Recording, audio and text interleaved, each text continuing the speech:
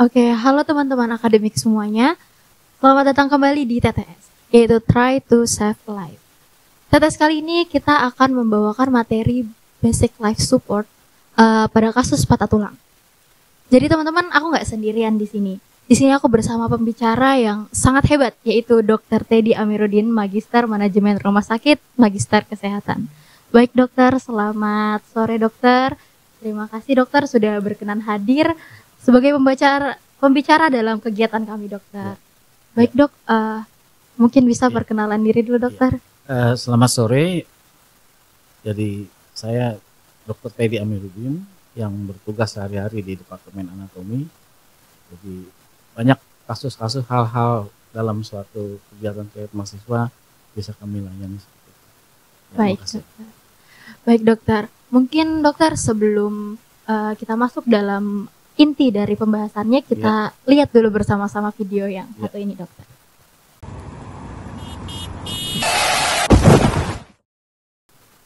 Oke baik dokter, jadi tadi kita sudah menyimak nih dok bersama-sama sebuah video yang ditampilkan.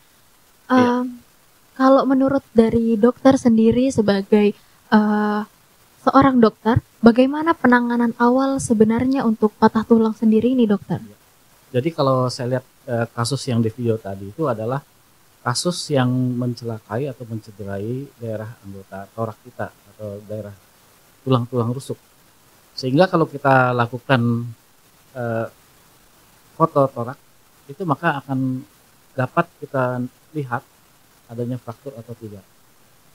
Seperti itu. Oh, baik dokter. Kalau untuk penanganan awalnya berarti tadi foto toraks ya dok ya? Tidak langsung foto torak, artinya ya dibawa ke rumah sakit, kita lihat ABC. Yang pertama ABC kita lihat pertama adalah airway. Karena dia mencederai daerah torak, otomatis dapat melukai sistem respiratorius sehingga terjadilah sesak napas atau seperti itu. Dan di samping itu bisa juga kita lihat di UGD itu pengontrolan antara yang dicurigai adanya fraktur itu sudah nampak jelas. Tapi kadang-kadang ada juga yang tidak jelas, tetapi fraktur kasusnya seperti itu. Maka di rumah sakit kita sebelum kita lakukan penunjang foto torak, maka kita berikan pertolongan awal. Jadi apa yang dia keluhkan, dia rasa nyeri atau apa dan sebagainya, atau bahkan ada luka terbuka dan sebagainya, maka dokter di unit gawat darurat itu harus bisa menangani hal tersebut. Terutama adalah kita lakukan suatu pemberian cairan untuk sistem tubuhnya.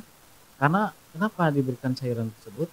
Karena kalau terjadi fraktur, maka dia akan terjadi suatu faktor udem pada sekitar dinding torak tersebut, sehingga terjadi sesak napas yang lebih parah. Apalagi misalkan fraktur patah torak yang total, itu bisa merusaki sistem saraf interkostalis. Di bawah ada sulcus interkostalis dan situ ada melintas AVN, arteri vena dan arteris. Apabila terkoyak, maka pembuluh darah atau arteri atau saraf di situ bisa terkoyak sehingga terjadilah suatu faktor yang tidak menyenangkan. Nah, selanjutnya baru kita lakukan pemeriksaan penunjang. Pemeriksaan penunjang itu di radiologi. Nah, dari keputusan radiologi itu nanti kita bisa lihat ada fraktur atau tidak. Nah, seperti itu. Nah, kalau ada fraktur, kita cari permasalahannya. Apakah itu dilakukan surgery atau tidak dilakukan surgery. Jadi misalkan dalam kasus yang ringan, hanya retak biasa saja, mungkin tidak dilakukan surgery. Jadi kalau fraktur yang sedikit agak berat atau dikatakan fraktur total, itu harus dilakukan pembedahan torak. Oke, baik dokter. Tadi kita sudah membahas mengenai penanganan awal dari patah tulang sendiri. Untuk selanjutnya dokter, kira-kira tata laksana apa yang bisa dilakukan untuk patah tulang ini dok? Jadi yang sangat paling penting sekali tata laksana yang harus dilakukan, pertama kita lihat seorang penderita itu apakah dia merasakan nyeri atau nyeri hebat dan sebagainya, maka kita harus memberikan suatu tindakan-tindakan premedikasi. Pertama adalah kita lakukan berikan kompresi terhadap dicurigai adanya fraktur. Yang kedua adalah kita berikan medikasi dengan menggunakan obat-obat analgetik, atau kita bisa juga menggunakan analgetik dan antipiretik seperti paracetamol misalnya, atau analgetik tunggal, itu bisa. Dan apabila terjadi nyeri hebat sekali, maka kita bisa lakukan blok anestetik. Blok anestetik di bawah interkostal itu yang dicurigai ada fraktur, sehingga dapat memberi suatu kenyamanan bagi seorang penderita dan tidak merasakan sakit. Oke, baik dokter. Gini dokter, di luar sana ini masih banyak sekali Iya. dokter orang-orang yang kalau mengalami patah tulang justru bukan ke rumah sakit, Iya. bukan pergi ke dokter, justru mereka malah pergi ke dukun atau Iya. pergi ke ahli patah tulang, Iya. atau mungkin bisa kita sebut sebagai paranormal patah tulang, dok. Iya. Itu menurut pandangan dari dokter sendiri bagaimana, dok, kira-kira? Itu sudah terjadi sudah lama sekali ya, baik di Sulawesi ataupun di daerah sekitar Jawa atau Jawa Barat dan sebagainya, itu sudah sering kali terjadi hal seperti itu. Ya. Sebetulnya kalau kita lakukan ke paranormal itu, sebenarnya kalau misalkan hanya dislokasi atau apa bolehlah, tapi kalau fraktur itu jangan coba-coba, karena fraktur itu kalau dia lakukan suatu pengurutan, apalagi patah tulang total, maka akan terjadi hal-hal yang sifatnya sangat buruk bagi penderita. Akhirnya lari ke rumah sakit juga. Dan apabila seorang penderita itu menderita penyakit sistem organik dia, misalkan ada osteoporosis, ya, itu akan lebih parah lagi. Jadi kalau ke paranormal kan tidak tahu ada hal-hal tersebut. Ya, Apakah ada osteoporosis, apakah ada tidak, atau ada kelainan-kelainan tulang-tulang yang lain. Bahkan di tulang itu juga bisa terjadi adanya suatu CA.